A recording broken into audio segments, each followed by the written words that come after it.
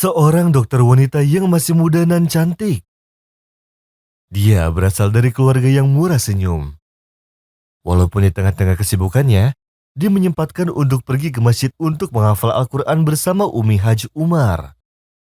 Dan setelah dia menghafal semuanya, dia sering pergi untuk murojaah bersamanya. Suatu hari, dia terpisah yang mana ia hanya bisa menelpon untuk mengetahui kabar Umi Haji Umar. Hingga akhirnya 1 tahun tidak bertemu, Umi Haji Umar dikejutkan dengan seorang dokter yang sedang menangis yang ingin bertemu dengannya di ruangan masjid. Lalu Umi Umar menyambutnya untuk bertemu. Lalu dokter itu pergi dan memberi salam kepada Umi Umar lalu dia menangis. Kemudian berkata padanya, "Suatu hari, ada anak kecil yang sakit di ruangannya dan demamnya sangat tinggi. Lalu aku menyuruh seorang perawat untuk memberikan obat dan suntikan.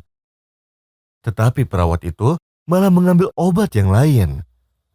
Tanpa aku mengecek kembali obat tersebut, aku langsung memberikan obat itu kepada si anak tersebut. Hingga dia tidak sadarkan diri dan tidak bisa bergerak hingga saat ini.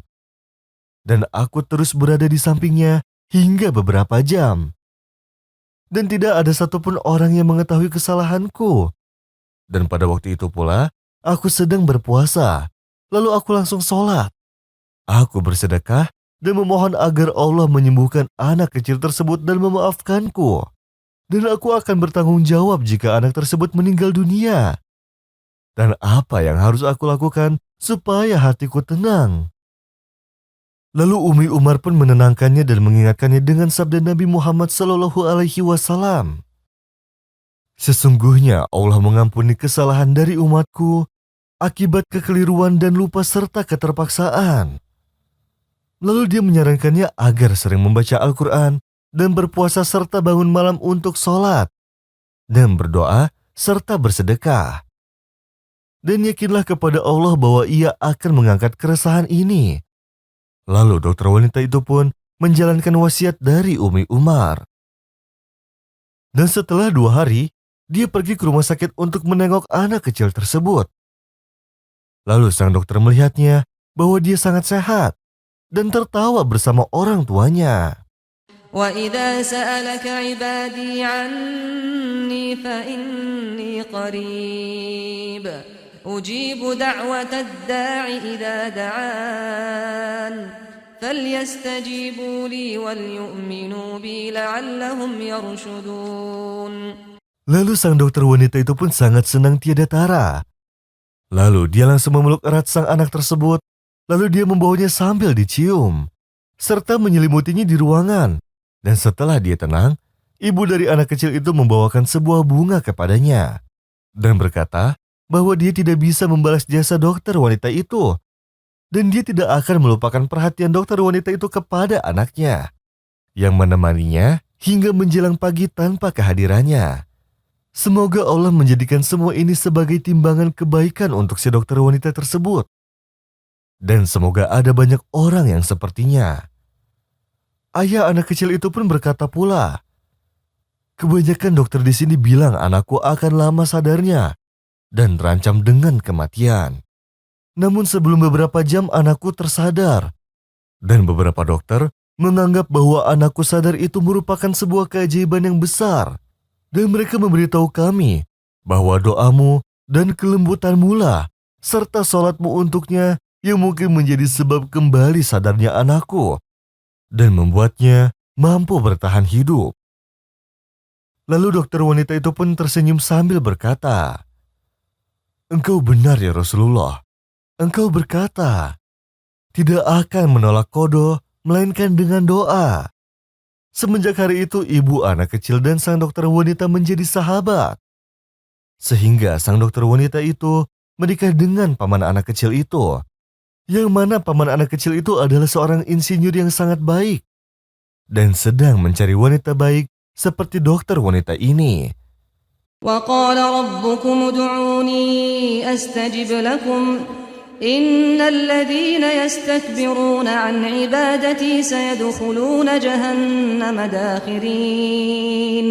Seorang gadis yang berumur 16 tahun di jenjang sanawiyah. Kedua orang tuanya merupakan dari kalangan orang baik. Dia sudah menghafalkan Quran dari masa kecilnya. Dan dia menghabiskan waktunya untuk sholat dan menghafal Quran serta berzikir. Di sekolahnya dia selalu mengajak temannya dengan ramah dan lembut untuk berdisiplin dan selalu taat kepada Allah. Dan tidak mengusik ketenangan yang lain. Namun di kelasnya ada temannya yang sering menyombongkan diri. Dan orang tuanya dari kalangan orang yang kaya. Dan suatu hari dia menasihatinya agar menyisir rambutnya serta memakai hijab.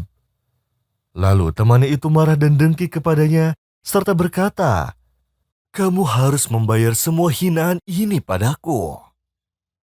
Setelah hari itu, gadis itu pun bangun tidur lalu sholat subuh. Dan setelah membaca ayat Al-Quran dan sholat duha, dia langsung memakai pakaian sekolah dan pergi sekolah setelah sarapan pagi.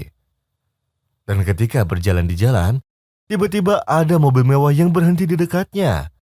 Lalu keluarlah seorang laki-laki dan membawa gadis itu lalu meletakkannya di dalam bagasi mobil.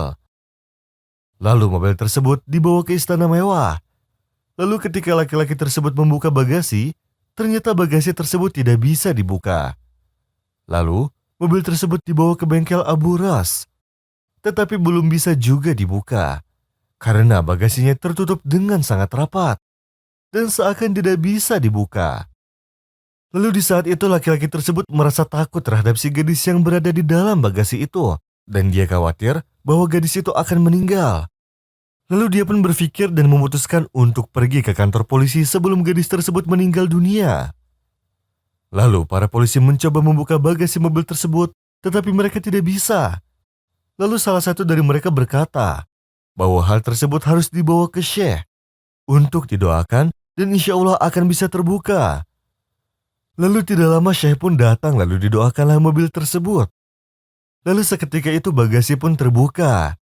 Lalu keluarlah gadis tersebut dengan tenang. Lalu Syekh pun bertanya kepadanya, "Apa yang kamu lakukan setelah laki-laki tersebut memasukkanmu ke dalam bagasi mobil ini? Kenapa engkau begitu tenang di dalamnya?" Lalu gadis itu menjawab, "Aku membawa ayat kursi dan surat Al-Mu'awwizat, dan aku terus membacanya." وَنُنَزِّلُ مِنَ الْقُرْآنِ مَا هُوَ شِفَاءٌ وَرَحْمَةٌ لِّلْمُؤْمِنِينَ وَلَا يَزِيدُ الظَّالِمِينَ إِلَّا خَسَارًا. Dan rasa ketenangan itu, alhamdulillah, karena setiap hari aku sholat subuh. Dan aku yakin dengan hadis Rasulullah Shallallahu Alaihi Wasallam yang bersabda, "Barang siapa yang sholat subuh, maka dia berada dalam jaminan Allah."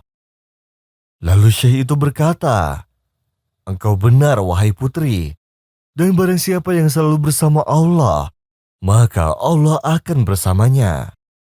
Lalu laki-laki itu mengaku bahwa dia bekerja sebagai supir di salah satu orang tua teman si gadis tersebut. Lalu dia menginginkan gadis tersebut untuk dibawanya. Dan ketika si teman gadis itu dianggap bersalah, lalu sang gadis pun mencabut tuduhannya serta gadis tersebut memaafkannya. Yang mana temannya pun sedang menangis di depan gadis tersebut. Lalu gadis tersebut mendoakannya agar temannya tersebut mendapat hidayah.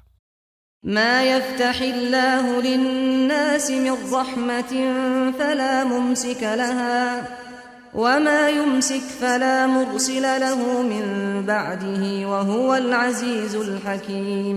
يَا أَيُّهَا النَّاسُ اذْكُرُوا نِعْمَةَ اللَّهِ عَلَيْكُمْ هل من خالق غير الله يرزقكم من السماء والأرض لا إله إلا هو فأنى تؤفكون.